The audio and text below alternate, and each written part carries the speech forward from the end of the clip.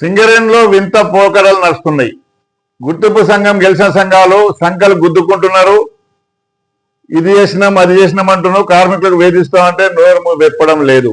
పైరవీలకే పాకులు ఆడుతున్నారు. వాళ్ళకి కావాల్సింది పైరవీలు కావాలి, ఫ్రీ మాస్టర్స్ కావాలి, వాళ్ళ కార్యకర్తలకు ఇంట్లో కూర్చుంటే జీతం రావాలి. అదే తప్ప ఏం చేయలే. నిన్ననేమో గెలిచిన తర్వాత నిన్న డిపెండెంట్ ఎంప్లాయీస్ కి చదువు లేకుండా ఎంప్లాయ్మెంట్ ఇస్తారు. 10th ఫెయిల్ అయితే విజిలెన్స్ కు పంపించి రకరకాల వేధింపులకు గురి చేస్తారని సర్కులర్ వచ్చింది. దాని మీద నోరు విప్పలే. మీ నోరులు ఎట్టిపోయినాయి. మీకు గెలిపించింది దాని కొరకేనా?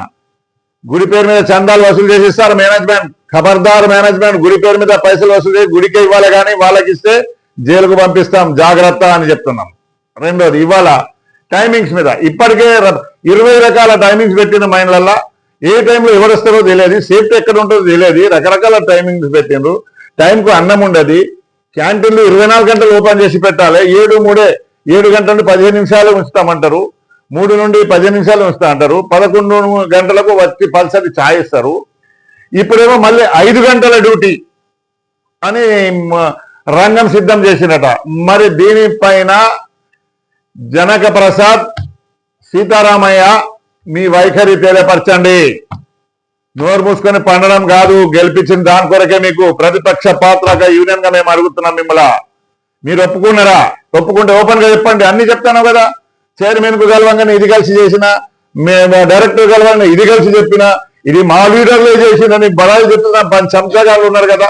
ఇప్పుడు దీని మీద కూడా చెప్పండి. టైమింగ్స్ మా నాయకుడు జనక్ ప్రసాద్ ఒప్పుకున్నాడు, మా నాయకుడు సీతారామయ్య ఒప్పుకున్నాడు. 5 గంటల నుండి డ్యూటీకి రావాల్సిందే, అన్నం తినకున్నా పర్వాలేదు, 4 గంటలకు లేచి చీకట్లో పోండి అని చెప్తారా? అది చెప్పండి. మీ వైఖరి తెల్ల చేయండి. మీరు ఒప్పుకుంటలేరా?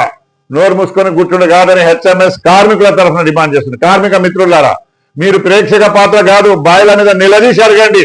పిట్ సెక్రటరీలకు, యూనియన్ నాయకులకు 5 గంటలకు ఎవరైనా డ్యూటీ చేస్తారా?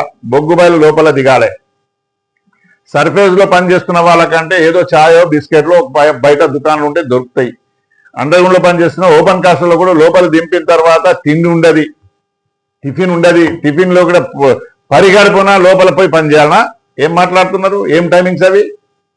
టైమింగ్స్ ఒప్పుకుంటే మీరు చెప్పండి. మరి కార్మిక సంఘాలు ఒప్పుకున్నాయని మేనేజ్మెంట్ చెప్పండి.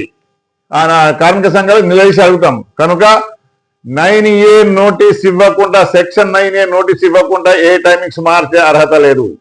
గుర్తింపు సంఘాన్ని సంఖ్యలో పెట్టుకుని టైమింగ్స్ మార్స్తే కరెక్ట్ కాదు. రిజిస్టర్ ట్రేడ్ యూనియన్ కూడా ఐడి యాక్ట్ ప్రకారంగా నోటీస్ ఇవ్వాలి, అందరు ఒప్పుకోవాలి. నోటీస్ బోర్డు బాయిల మీద వేయాలి. కార్మికులు ఒప్పుకుంటేనే టైమింగ్స్ మార్చే అర్హత మేనేజ్మెంట్ ఉంటుంది. మేము లీగల్ గా చట్ట ప్రకారంగా హెచ్ఎంఎస్ మిమ్మల్ని అడుగుతుంది.